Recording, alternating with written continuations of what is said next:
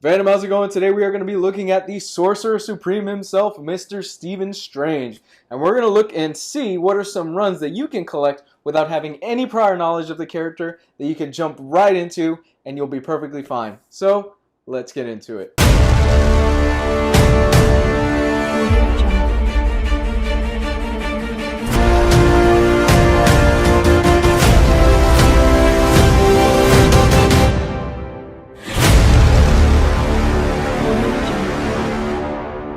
Look, if you're going to start out with Stephen Strange, what better place to start off with than the originals, than the original run? I'm talking about the Stan Lee, Steve Ditko era of Strange, the most trippiest balls out there run that there is. You're getting the establishment of the character, the origin, and all for the low price of about 50, 60 bucks, I believe, when the omnibus comes out, because you're going to get it for half off on InStockTrades and all those other websites. I highly recommend you pick this omnibus up because this is going to be a hot ticket item with the movie coming out later this year and so many people trying to learn more about the character. This is the beginning. This is literally where Stan Lee and Steve Ditko started out. Just the art is going to be fantastic. The dialogue is probably going to be a little bit dated. I'm warning you right now. It's going to be very prose heavy. It's not going to be for everybody, but I think if you are a fan of classic Marvel 60s, 70s style dialogue and you just want to really see where the character began and how he evolved, this is definitely where you want to start off with. This massive oversized omnibus is going to be a great pickup for you guys later on in the year. I highly recommend you check this out. Can't miss it. This next one is a personal darling of mine. This one is called Doctor Strange the Oath. And Doctor Strange the Oath centers around Wong having a brain tumor. Wong, of course, for those of you that don't know, is Doctor Strange's caretaker, his butler, his assistant, whatever you want to call him. He is there for Doctor Strange whenever Doctor Strange needs him. Now, in the story, Wong gets diagnosed with a terminal brain tumor, and you're probably thinking, oh, Strange will probably be able to magic his way out of this like he always does. Not necessarily the case. Strange eventually finds out, oh my gosh, I can't magic my way out of this. I can't cure Wong just by flicking like my fingers like that. It just does not work. So he has to travel across the different dimensions to try and find a cure.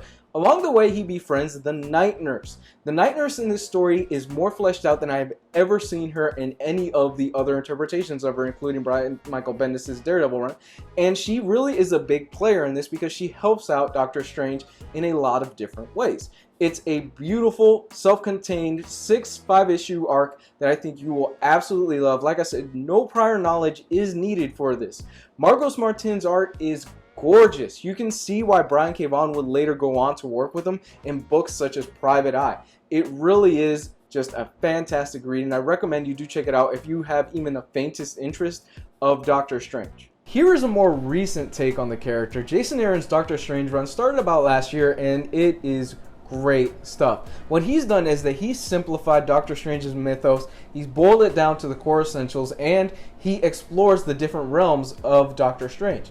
He does this by establishing a new villain that is going around different dimensions and is draining all those dimensions of magic. Eventually, he comes to Doctor Strange's dimension, and Doctor Strange starts going, oh my gosh, my magic isn't working anymore. I am in deep crap. It's a fun read. It's easy to get into. It's part of the Marvel Now line, so it's like I said, you can pick up issue 1 or volume 1 and you can just go. It's a really, really great read. Lots of action. The pace is just boom, boom, boom, boom, really frantic. Cannot recommend this one enough if you are new to Doctor Strange.